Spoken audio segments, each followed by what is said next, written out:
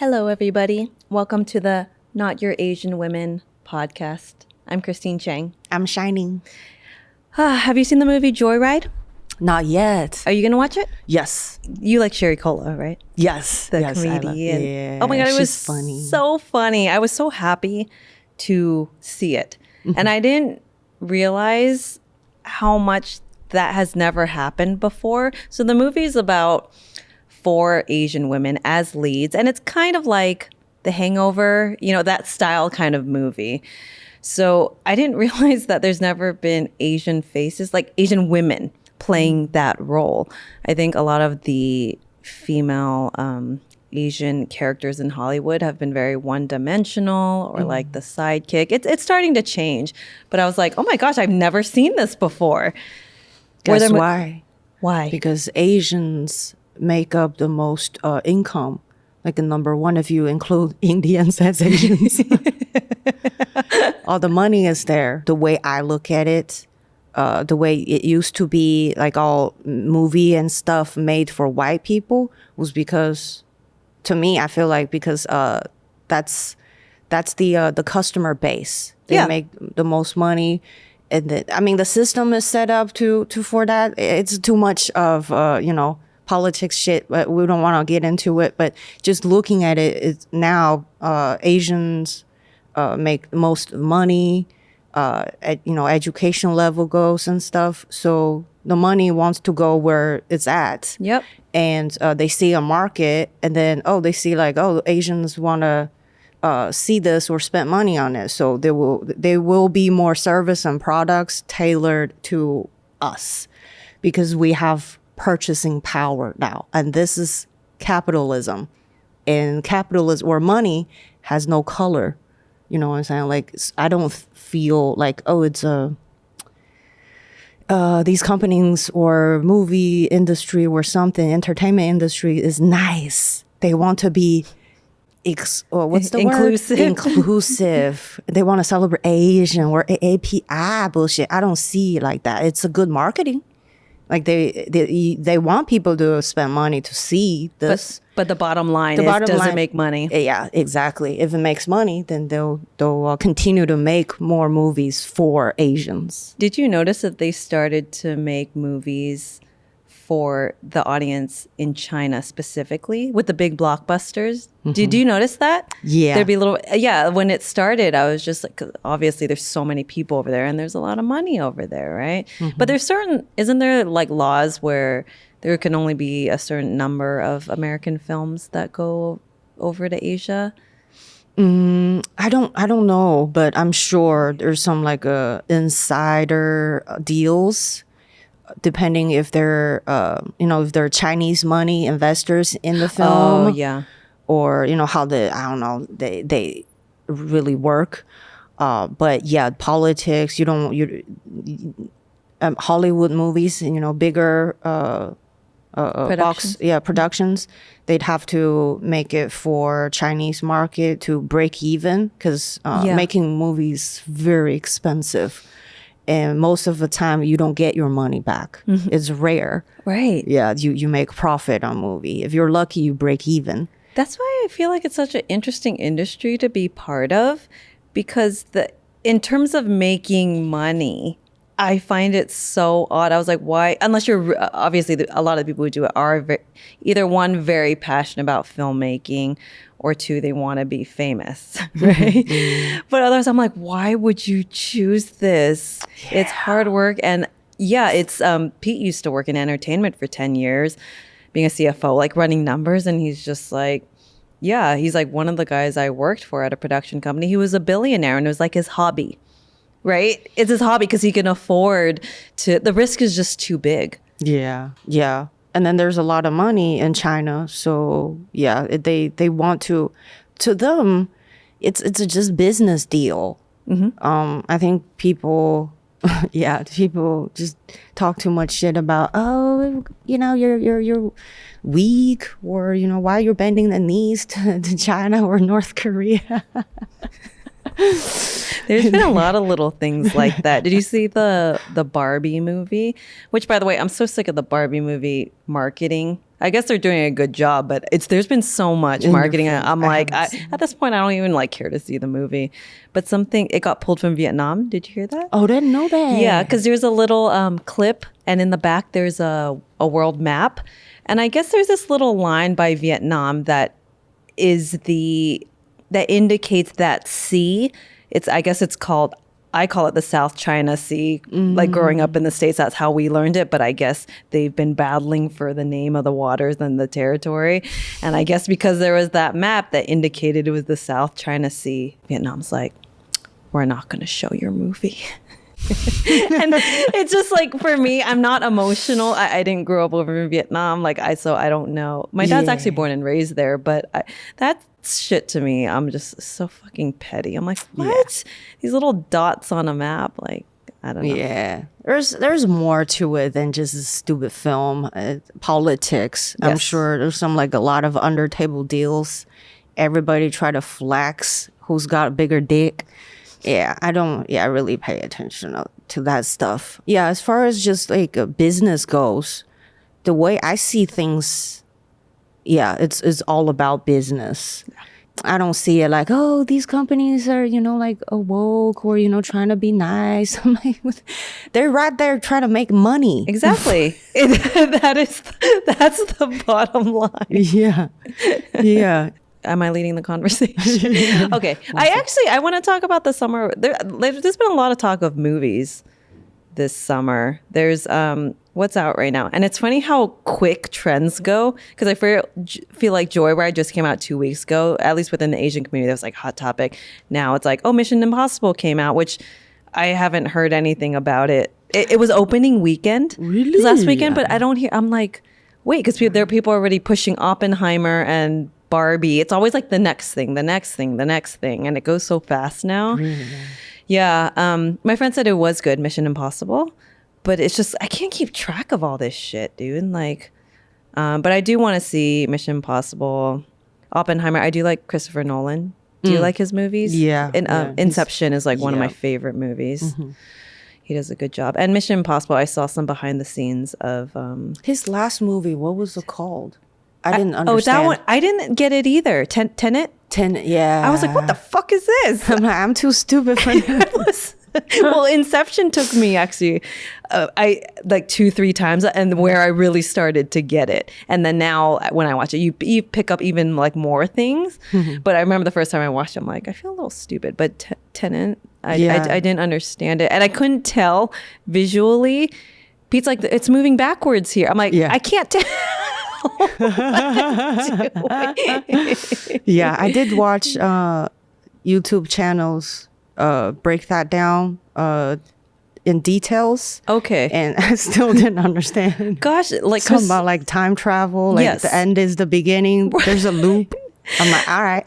Like, how do you think of these things? I'm like, he has to do some serious drugs. Number one. DMT, but ayahuasca. Right. It's so detailed. I'm like, where does this come from? My gosh. Shrooms. I tried microdose gummies. Do you ever do that? I did. I tried with mushroom. How is that for you?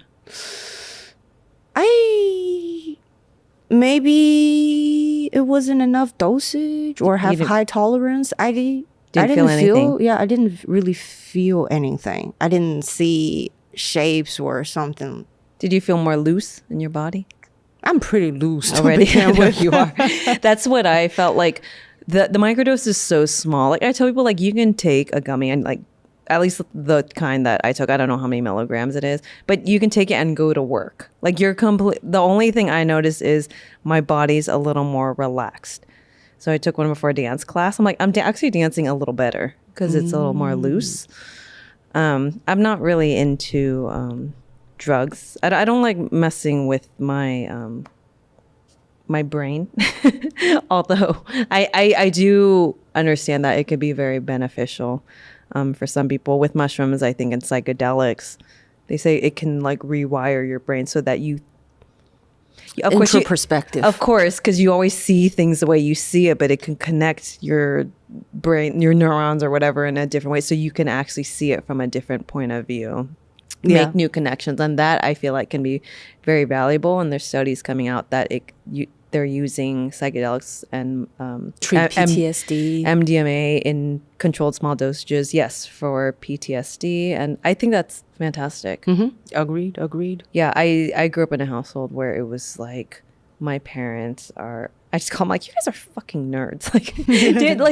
Didn't do anything bad, or at least they didn't tell us about it. Yeah, like no drugs. I'm so scared. Like alcohol, I don't like anyone who drinks alcohol. You hear, and they take the worst stories, right? The worst examples. Like, I remember when we started going to bars, like, I don't know where she got her idea of what bars are like. Maybe from movies or stuff, I'm like, where do you get this stuff from, But it was always like, no smoking. Yeah, my mom, she said her biggest fear was we would get hooked on drugs and end up like on the street. And I'm like, Mom, I think you raised us better than that. And also, I think I have excellent self-control. I don't have an addictive personality. I feel very confident with that, but she was always like so scared, and she's scared to try it herself, which I feel like it's probably it would be good for you to let loose a little bit. Some of the Chinese motherfuckers I know need marijuana the most. They need to chill and relax. Well, they're so, because it was the whole opium thing was so extreme that Chinese culture went the other way because they saw what can happen. Oh, yeah. And then I think a lot of Asian countries are really strict on drugs. Like the penalty is death. Singapore. I told Pete, like we had a connection in Singapore, and Pete smokes sometimes, but I was just like, did you check all your pockets and stuff? I'm not, I'm like, you can die. Yeah. I'm like, this is not the US. He's like, it's clean, babe. Like, I'm not fucking around. Like, I'm not going to go to jail for this. No. Going back to Joyride, without spoil the movie, I guess, what part do you like? Oh, did I like the most? I think I really liked Sherry Cola's character. Actually, you know what I really liked? Because it was written by an Asian woman, Adele Lim. It's different when an Asian woman writes something like this, because it's different when you make fun of yourself. And for example, there's a scene, it's a threesome scene, a woman and two men. If a man wrote that, it would be like porn or something, right? But if an Asian woman writes that, it was depicted in a way where it is appealing to a woman. Like, I liked the scene. I wasn't like, that's disgusting. It's one, she went in a way that's like funny, but also like, I was like, oh, okay. Like, people are different into different things, but a good chunk of women have probably fantasized about the way that happened, Now I have to watch that movie. So I really liked that. And growing up in the States, just because old Hollywood, a lot of it was white and white men controlling the narrative. And you think of the old Disney movies, which like, it kind of grosses me out, like watching it now, like Snow White, like the whole savior, like she's so helpless, and he just rides up on his horse and like saves the day. I'm like, you guys are writing your own fucking stories. This is like so fucking, this narrative over and over again is so fucking pathetic. Like, and so in that sense, I'm really glad that there's that we get to tell our own stories in a way, because there's certain nuances too that you would only understand maybe if you grew up like as an Asian female. Right. Yeah. Last time I felt like that was that anime movie, Deeps. Red Panda. Oh, Red Panda. Yeah. Yeah, I love that movie. So That's cute. real. Yeah. It resonates to every like Asian woman, Asian girl growing up. Yes. Yeah. They did a great job with that. And even I noticed like the animation, like the background, how the house looked, all those little things. I was like, oh, they did really good with the details. And the here. mother and daughter relationship, and then in this like mixed with Asian American. And wait, I think the writer, she's from Canada, I think. Yeah, but similar. North America's the same shit. Yeah. But yeah, I really like that movie. It's very different. It's not a other race try to write an Asian story. Yes. It's you can feel that it's different. Yes. It's different because the details and then the struggles. If you're not this race or you didn't grow up in the certain culture, you wouldn't be able to write other people's stories. Right. Yeah. Yeah. Turning Red is the name of the film. Turning Red. It's a Pixar film. Yeah. It's very cute. I really, really liked it. And also that movie did really well. It wasn't just for Asians. You can, if you have any, like anybody who has issue with their parents, family can relate to that as well. Like growing up being kind of a lone outsider, regardless of, because the color of your skin, your religion, or some stuff you do, different type of interest than your friends in school, you can feel like an outsider. That movie didn't really just focusing on Asian or being Asian struggle.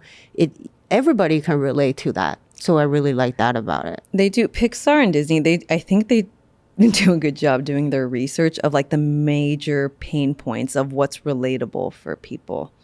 Whether it's like sibling stuff or stuff with your parents, they really hit it. And it's very thoughtful. I always appreciate that. That's one of my favorite like qualities about something is when it's thoughtfully done. Yeah. And then there are things like classic films, literature, or even comedy, just things with art. It can transcend with like a different, like a time or cultures, Totally. and everybody can relate. That's why they're a classic. Absolutely. I think those are the best stories. And when I was at Sundance, there was a talk, and I think I never realized this, but growing up in the U.S. as an Asian American, they're like, you're used to finding yourself in these stories with white characters. You're used to it because you grew up like that.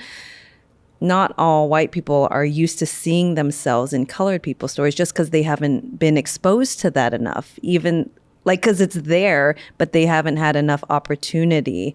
Like it's almost like a muscle, right? Like there hasn't been a ton of Asian American films made, But now there's a lot coming out. Joyride. I can't keep track. I think Shortcomings, Randall Park has another one coming out, but I think it's becoming a little more mainstream. And it makes me happy to see that non-Asian people want to see the movie and like it as well. Yeah. But for me, if one of the first Asian films that came out, Marvel's. Oh, Shang-Chi. Shang-Chi, yeah. I didn't like that one. No? No, I That didn't. one? Yeah. What didn't you like about it? I guess because I've seen martial arts or kung fu movies growing up. There are a lot of them done really well by like a Hong Kong movie industry or from Taiwan. Like seeing that, I just maybe I had high expectations. This is Marvel, like you should do something different. The story they're told is like this is some ripoff from like a movie in Hong Kong, like in the 70s, No, Yeah. It's so true because have you seen Crouching Tiger, Hidden Dragon? Yeah. When that came out, everyone's like, "Oh my god!" When you grow up watching that shit, because we've seen so many movies like that, I was like, "What?" It's very basic, right? And I was just like, "What?" And then also, The Departed. Have you seen that? Oh, Departed. Yeah, the original. The Hong is a Kong lot movie. better, yeah. We grew up watching those Hong Kong movies. Like It's funny now that I think about it. Like I was like 6 years old watching. My parents would take us to those movies. There's like rape scenes and like gangster stuff. I'm like, okay, Yeah. but it's based off of those movies. Which I mean, Departed. I thought Martin Scorsese did a fantastic job. But yeah, it was based on that Hong Kong police series. Shang-Chi. I liked it in that I have seen better films in that genre in like Hong Kong. But what made me happy was that was now more mainstream in the US. But prior to that, it was Jackie Chan. And since Jackie Chan, I don't think there's like a little bit of Jet Li, but there hasn't been much of that. So when that first scene came out where he's on the bus and then he does that like Kung Fu series. Yeah. I was just like, it just made me happy because Marvel is so commercial. I was like, awesome. I was so happy. Like Asian guy. And then this is a part of like my childhood that I'm familiar with that that is mainstream now or exposed to the mainstream. Yeah, I get it for sure. We like the more roles and not just traditional nerdy Asian dude. Yeah. And then also it made a lot of money. And then it made the studio more confident to make more Asian movies. In that aspect, I'm cool. But what I don't like is I think David Soul talked about it on his podcast, how he really didn't like that movie and he got comments. People were so stupid. Like, why are you not allowed to not like a movie? Yeah. And then he just said, I don't like it just because I'm Asian. I don't gotta support shit that's not good. Yeah, totally. I agree with that. Like, again, valuing truth. You know, it also doesn't mean that you don't support Asians. It just means you didn't like the movie. Exactly. Why can I not have an opinion that like I like a movie or I don't like a movie? And also, I like being a creator. I wouldn't want someone to tell me like, "Oh, I loved it." If there's room for improvement, tell me, please. Exactly. So if the Crazy Rich Asian, that was romantic rom-com. I like that. It was cute. Yeah, it's cute. So I don't remember, but yeah, to that point, it's just because it's an Asian movie or Asian TV show or someone like an Asian entertainer, it doesn't mean like all Asians have to support. Right. I know people like to paint you as like a bad guy if you like. Oh, like you don't, this is how we got to the we were being oppressed because Asians aren't tight enough. Well, yeah. They are bad Asian motherfuckers. They're bad people in every race. Like, why I gotta support them? And if the product were, the stuff I like, yes, regardless, black, white, Asian, brown, I don't care. If the stuff is good, I will support it. And I think people need to get into that capitalism mentality more than, because if your money is supposed to go to a product or service you really enjoy, and then the free market will obviously go in that direction in a positive feedback loop. Industry gets better, consumers are happier. We have choice of what we want to buy, and then but people want to like, I guess, pigeonhole you because you're a minority. You have to buy certain thing, like certain thing. I don't like that. And then people, shame the company that received so much hate. Allegedly, they use like a child labor or some shit, like, or prison labor. That's why their shit is so cheap. And then they also like copy or steal other people's designs, and then they received a lot of hate from it. I think it's the biggest clothing company in the world right now. I think it sells more than Zara and H&M combined. Okay. Yeah.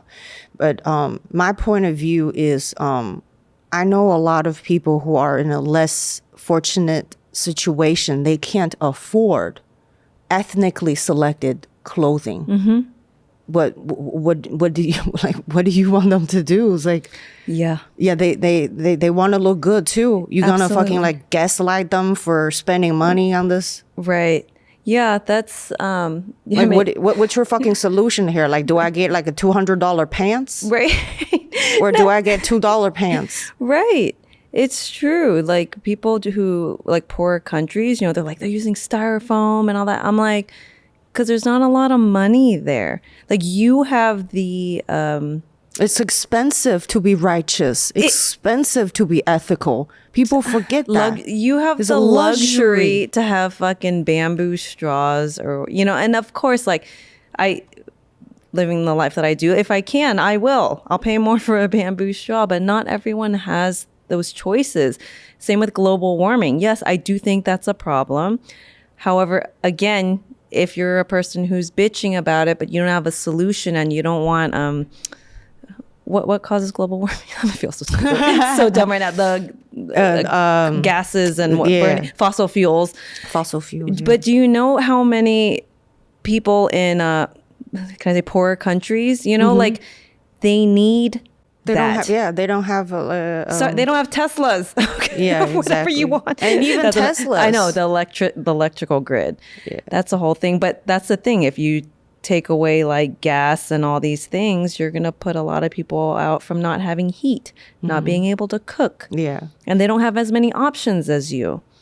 Yeah. If you want to be ethical, you want to go to farmers market, you don't want to support, like bigger corporations like Costco, good for you. Go do that. Yeah. Do you know how much fucking vegetable costs organic vegetables at Costco versus, like a factory made and you can get from like Safeway, Publix, or like bargain market, less fortunate people will have to get the stuff. What do you want them to do? Oh, just stop buying this and supporting these companies. Shut the fuck up. Yeah. Like, where do they get the money to do that? Yeah. And it's very expensive to make, ethical choices. Oh, absolutely. Yeah. I mean, this what comes to mind is the writer's strike that's come and SAG strike, the actors strike. And I mean, the whole I'm not like an expert in the industry, but my understanding of it is the pay gap between, regular actors, newer writers, and the CEOs. The gap is just too big, which I agree with, because some of those CEOs like Bob Iger, who I love Disney, by the way, but I think he gets like $27 million a year. It's a lot of money, and the people who work, just say like at Disneyland parks, it's minimum wage. It's like, it's not a livable wage, right? And it's just like, can we close that gap a little bit, right? But then sometimes it's just the way that people talk and the way they protest sometimes. We like to talk about hypocrisy, right? Ideally, yes, it would be nice for things to be more fair. I do agree they should be more fair. Mm-hmm. There's some actors, I would say successful working actors. Like there was an actor who was in Guardians of the Galaxy. I don't know his name, but he's on the picket lines and he, said some things like in support of it. But someone said, which is a fair question, because he was just, kind of pointing the fingers at the execs, trickle down. But people are like, I'm curious how much he made on Guardians of the Galaxy and how that compares to someone on set who's working, And then someone looked it up and said, like, it was reported that he made $5 million and then $32,000 for some of the people who were working on set. So that's also a very big gap as well.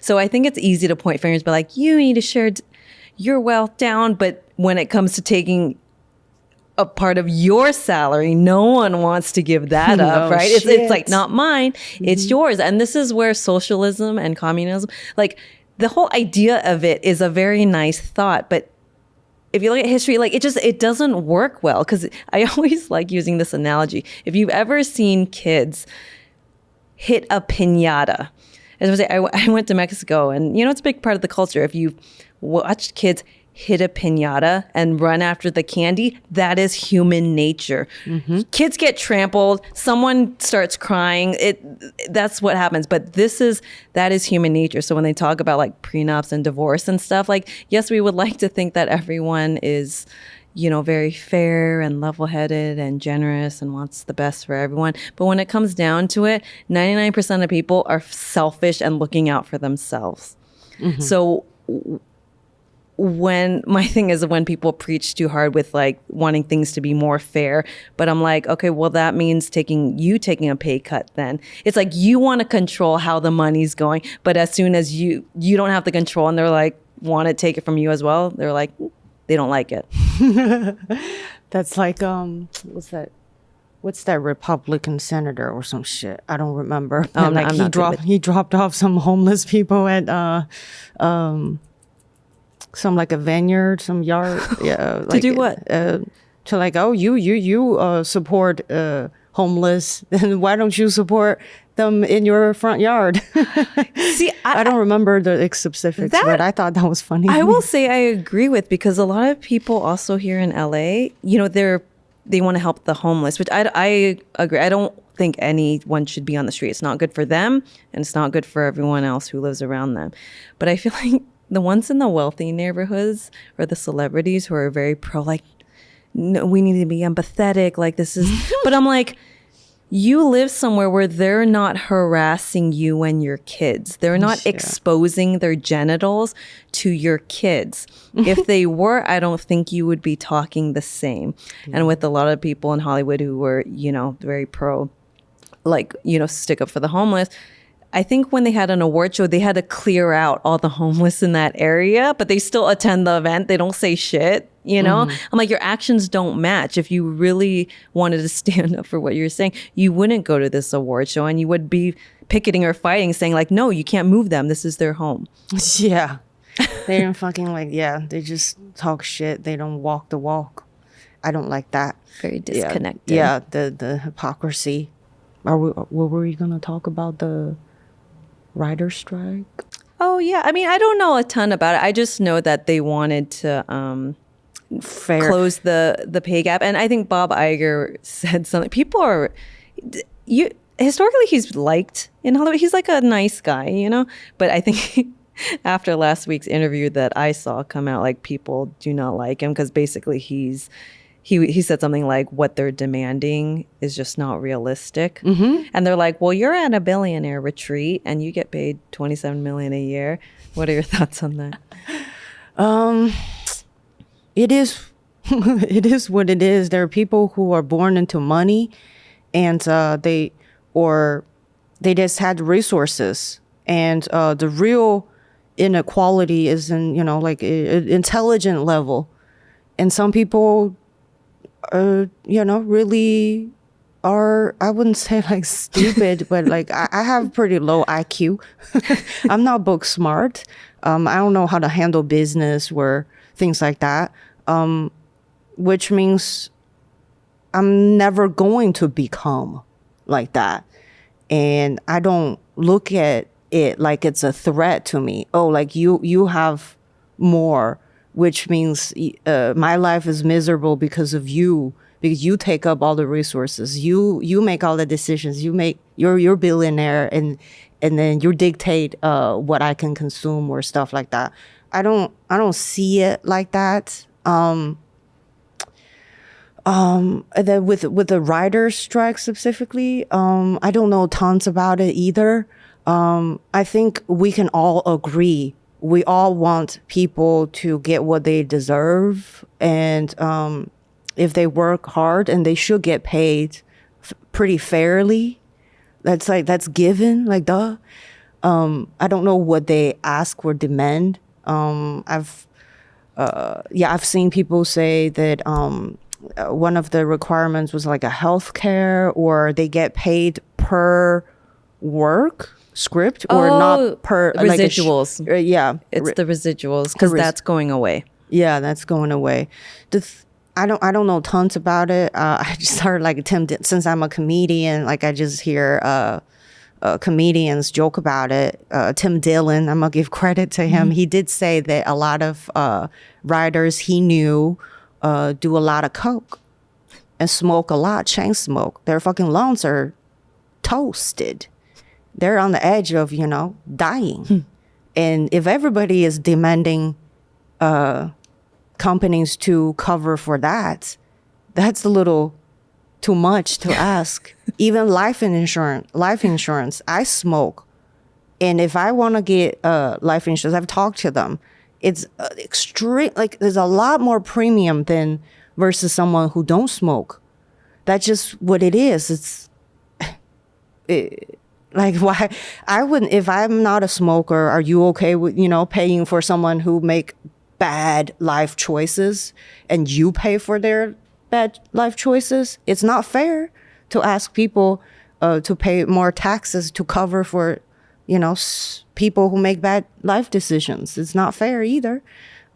We only see what we don't have, and we demand billionaires to, be more charitable and pay more.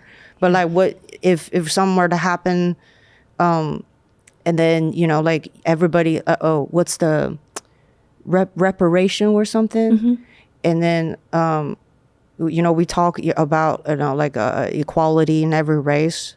Are you okay paying part of your salary to cover this person of color? Yeah. Not me. You're right. You know what I'm saying? Like I consider myself most of the time nice person, but I ain't paying shit for nobody. Yeah. It's just so ridiculous, the stuff that comes through. I don't know if I'm super sensitive to it or I just look out for it because we talk about hypocrisy so much. Yeah. But I think, yeah. Oh, were you going to say something else? Oh, yeah. Another point Tim Dillon made. I'm just like quoting him. Cancel him. But yeah, he said something about majority of the shit they write don't go anywhere. Mm-hmm. If you're paid per that, then we're not ever going to see any movie. Like we talked about it earlier, it's very expensive to make movies. And like it or not, that's just what it is. The actors, the producers, the executives, they get the big cut. That just is. Like you can spend your energy to fight for a system or find your own way, and then that can benefit you, and then just... That's true, because there are other options now with platforms like YouTube. There's other ways of making money and making movies, right? And then a crowdfund, it's harder. It's a very difficult path to pave your own way. But if you want to own your project and you want to pay people fairly, then you start you become the leader you want other leaders to be, instead of demanding other people to do that. I mean, there are people who are cutthroat. Mm-hmm. That's just what it is. And it's a different mentality, different thought process. Like there's no friendship in things. It's all transaction. Mm-hmm. What can you give me? Yes. Those people exist. Yeah. It's not wrong. That just everybody operate their life differently, mm-hmm. and then follow different way of making money, or all that. So I don't think it's productive to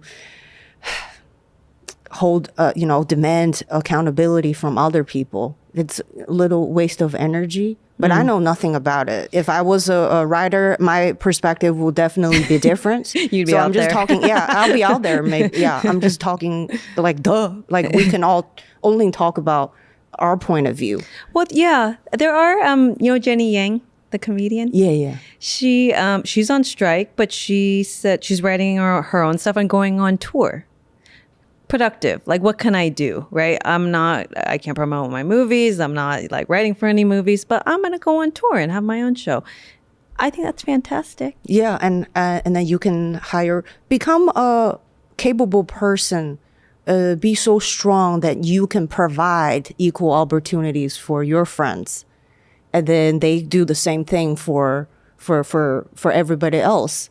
And that's how you make things, more productive, I guess, instead of, I don't know, waste your energies and hoping your words or actions can make a change. It's taking a little more control of your life versus like what can you control and do right now versus, I mean, I do think sometimes those big corporations should get held accountable. So one thing I read that came up was the AI usage of people's faces.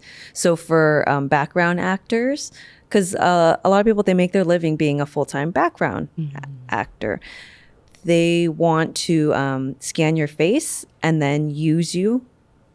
Like you show up to set one day, basically, and then you don't have to show up anymore. But they can use your face and not pay you for the times they use your face after that. So basically, their career is done, right? You can't have a full-time job doing that anymore. So that's something that they are fighting is like, okay, if you want to use AI, the people should be properly compensated. You are using their voice and their face or whatever.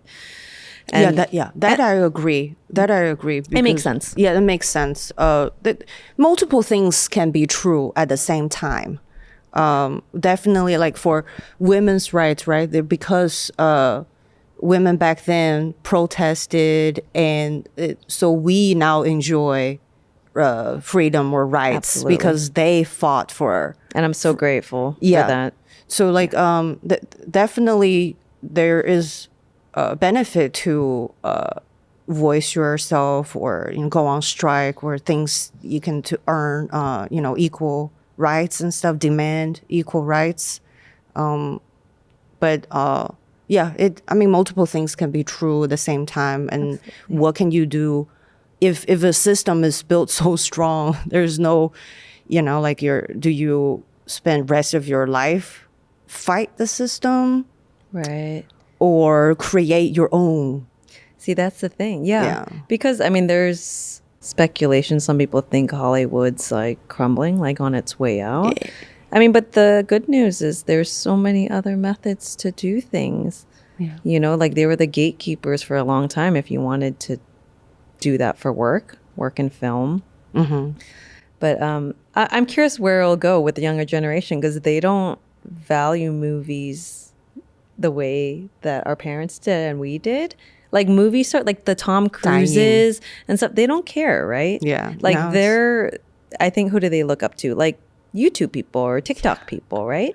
Kardashians. I know the Kardashians, a lot of the younger women really, really like them. And it surprised me just because they're just whatever to me. But I'm like, wow, they really like them.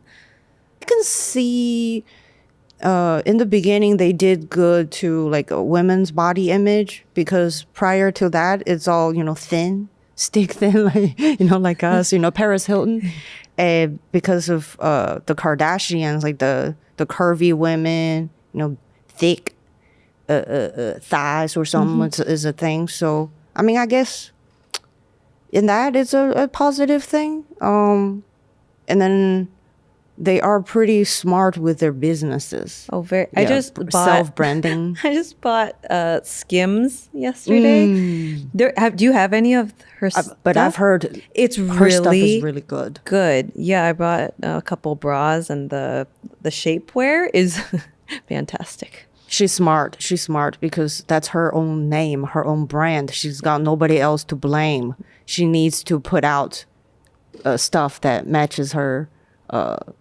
quality image, or values. Image, values, yeah. So I mean, for that, I'm okay, cool. You do you. But yeah, I mean, I'm sure there are younger girls who look up to them in the wrong way. And yeah, anytime it becomes extreme or unhealthy. Right? Yeah, exactly. Not every girl should come out with a sex tape and then showing your titties online to get famous and rich and date NBA players. Oh, that's not that really doesn't end up well. No.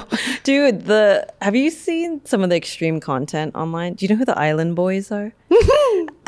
Did you see that? Island Boys? Yeah. Okay, if you don't know who they are, look them up. Funny.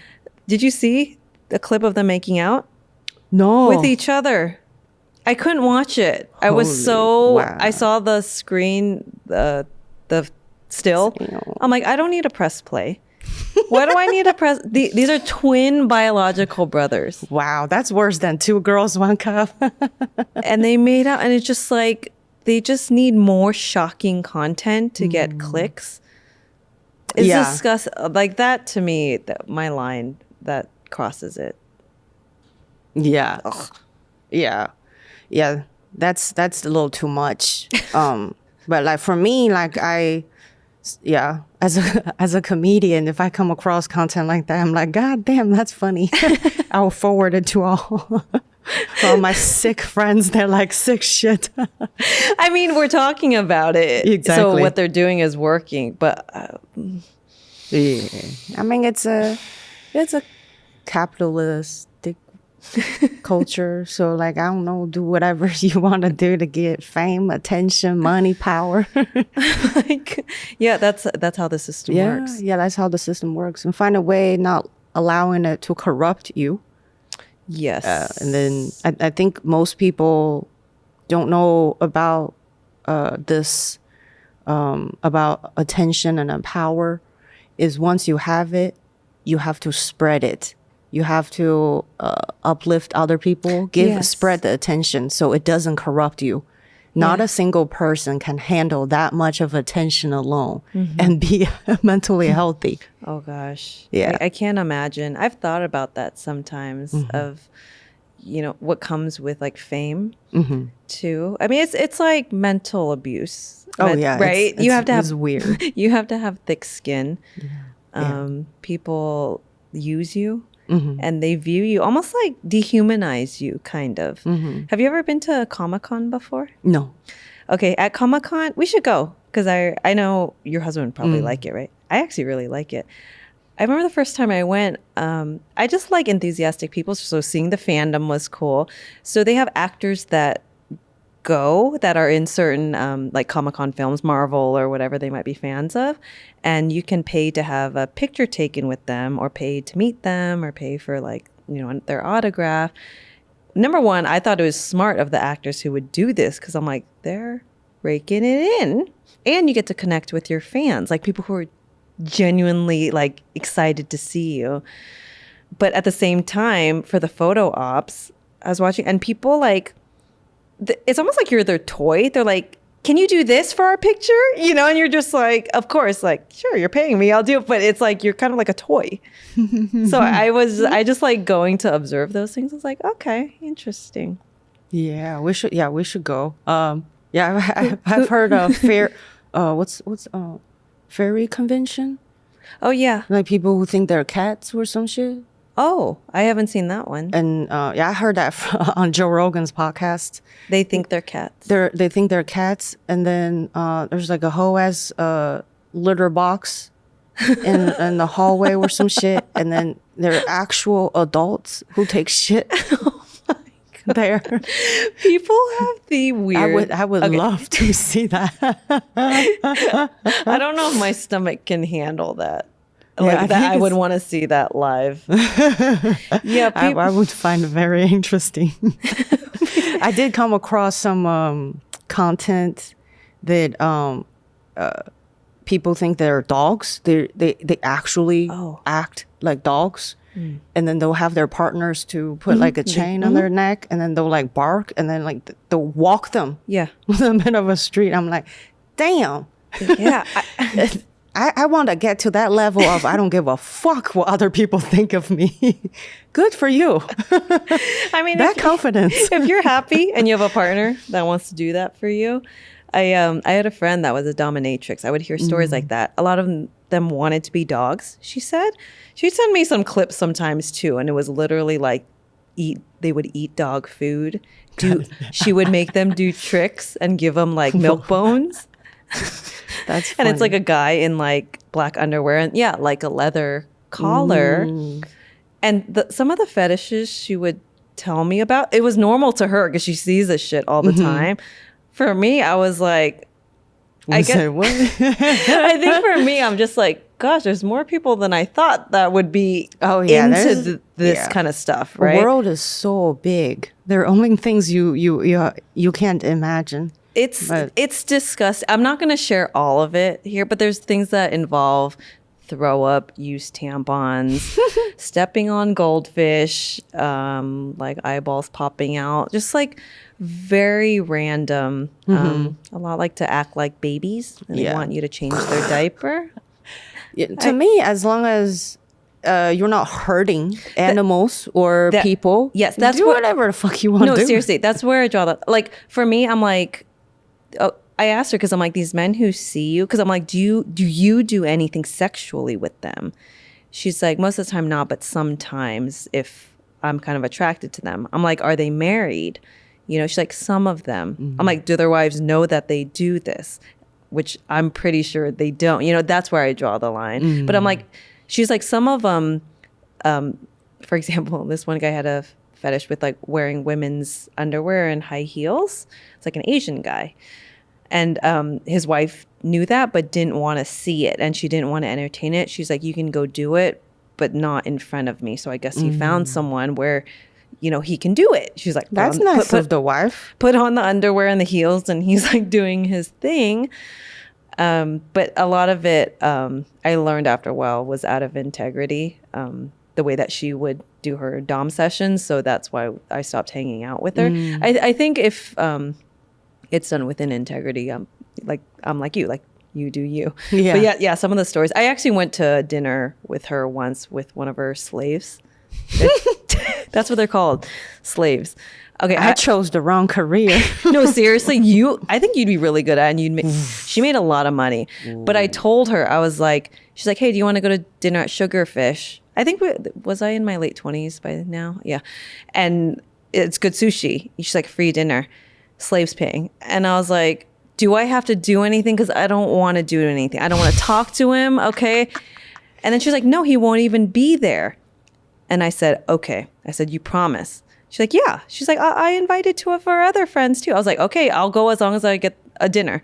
And then we go and we have the dinner. She's like, order whatever you want. I'm ordering. And then she's like, okay, what's going to happen is I'm going to call him. He's going to come in and pick up the bill and pay for it. And I said, that's it. She's like, no, but first I'm going to tell him to go across the street to get us some macaroons from Bottega Louie. What macaroon flavors do you want? So we're like, okay, Earl Grey, pistachio, whatever. And then she's like, okay, he's on his way. In comes this man who looks like someone like Pete's dad. He's a lawyer, okay? Kind of nerdy khaki jacket, glasses, head kind of down, puts a bag on of macaroons on the table along with Visa gift cards for each of us. $25. Then he picks up the bill and then he goes to pay it. And then I look at the macaroons and there's also like a tea, like a hot tea. I'm like, did one of us ask for a tea? And then we're like, no. I'm like, he misunderstood you. Earl Grey, he thought that was a tea. She's like, he made a mistake. I'm gonna fucking spank his ass. So when he comes back and he drops the bill off, she said, slave, you made a mistake. She wanted Earl Grey macaroon, not a Earl Grey tea. And in the middle of the restaurant, she goes like this and slaps him as hard as she can. It was so loud. This is me in my chair. I'm like, dang. Oh my God. I'm like, everyone saw that. And he just turns around and walks out the door. And I said, is that it? And then, and she said, no, I told him to wait by my car because I told him to buy me some gift baskets. So he's waiting by the car. And I was like, okay. I'm like, I just want to go home, okay? That's too much for you to handle. I'd be like, God damn, that's the most interesting shit I've ever seen. It's one of my favorite stories, actually. And as we're walking up to her car, she's like, you know what would make him really like happy? Is if one of you said like, hey, slave, go make more money for us to spend. And I said, I already told you I'm not going to say anything, okay? I'm going to try that to my husband tonight. But the thing that this guy got off on was a group of women laughing at him. All these fetishes stem from childhood, okay? Any kink you might have. So women laughing at him and being used for his money. And so he's there with this fucking gift basket. I was like, okay, wow. I'm going to get in the car. And they say perfect man don't exist. So she's like, slave, open the car door for the girls. And he opens the car door. And then I just close mine really quick. And out of all of us, our friend who is the most quiet, she does it. She's like, slave, go make more money for us to spend. And then she closes the door. It took a lot of her to say that. But she kind of liked it. And I'm just like laughing, but I'm like, what's going on? And I'm watching our dominatrix friend through the car window talk to this guy, you know, with like, she has a psychology background, so she knows how to work people. Looking at him, like rubbing his like face, like really lovingly, but in between slaps. Wow. And then a couple slaps, and then he walks away, and she gets in the car and we drive home. That was it. She's my new hero. Don't you love it? Capitalism is beautiful. You got money, you can pay any service you want. It worked for her, but I was just, for me, to me, empowerment meant something different to me. Empowerment would be, you made the money, but I don't have to do anything for you. I don't have to entertain your kink. What if it's like kissing feet? Like, no, you don't get to do shit. Get the fuck out of here. That to me is empowerment. But she had to give them something back. The difference was she enjoyed giving that thing back, where I don't. My thing is like, fuck off. Give me my sushi and macaroons. As long as she has like a good mental health that handled, and she separates that from her own personal relationship, because that can be very messy if she has a partner, and then the way she views, because the fucked up shit she has seen men do, that can maybe, you know, create false reality what real man is like. And she can have unhealthy relationships, and that's not good for you, because at the end of the day, it's your own real life you have to live, and not just this, play this game you get paid to do. Absolutely. As long as they can do that, do whatever you want to do. Yeah. Did you guys give us a 10-minute mark? I'm like fogged over. Yeah, I think so. What time is it? 57 minutes right now. So you can Okay, a few more. Okay. The last thing I was going to ask you is, have you been to Japan?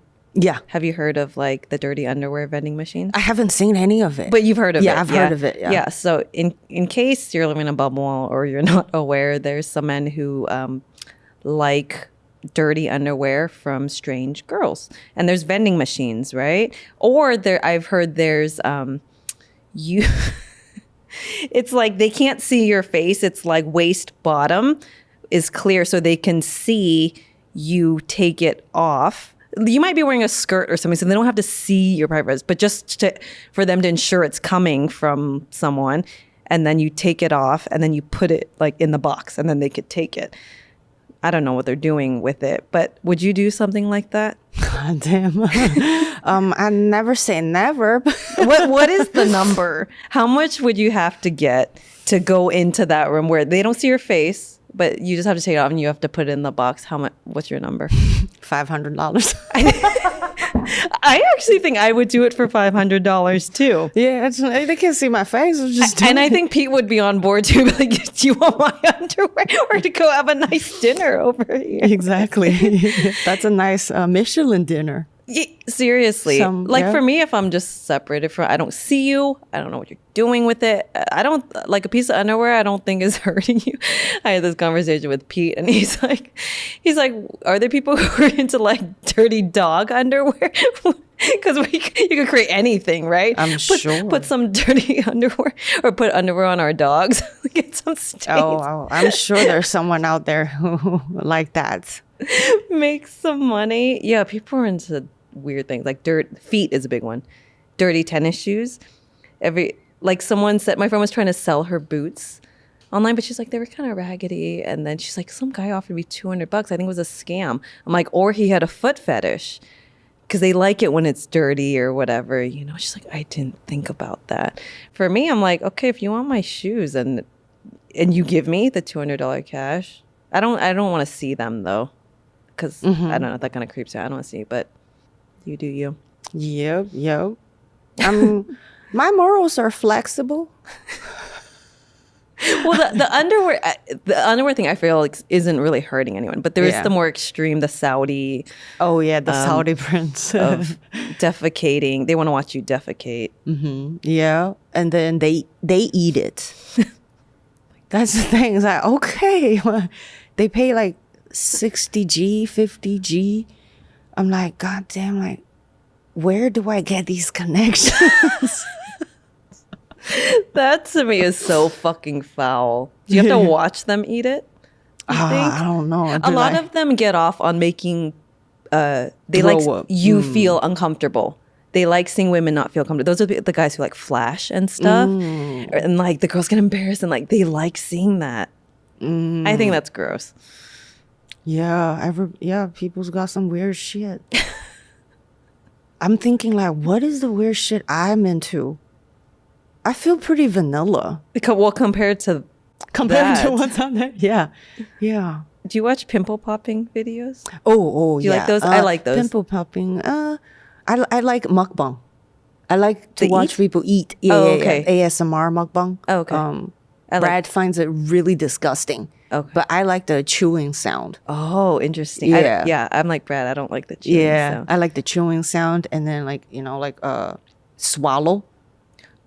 Yeah, Oh. and then some people get their ASMR tuned up pretty well for the mukbang, and yeah, I'm like, damn. And then I watched some articles about it. It's essentially porn. Yeah, it's the same trigger. Yeah. Trigger food porn, I guess. Yeah, food porn. Same with the pimple popping. They said it's the same activation. Is that?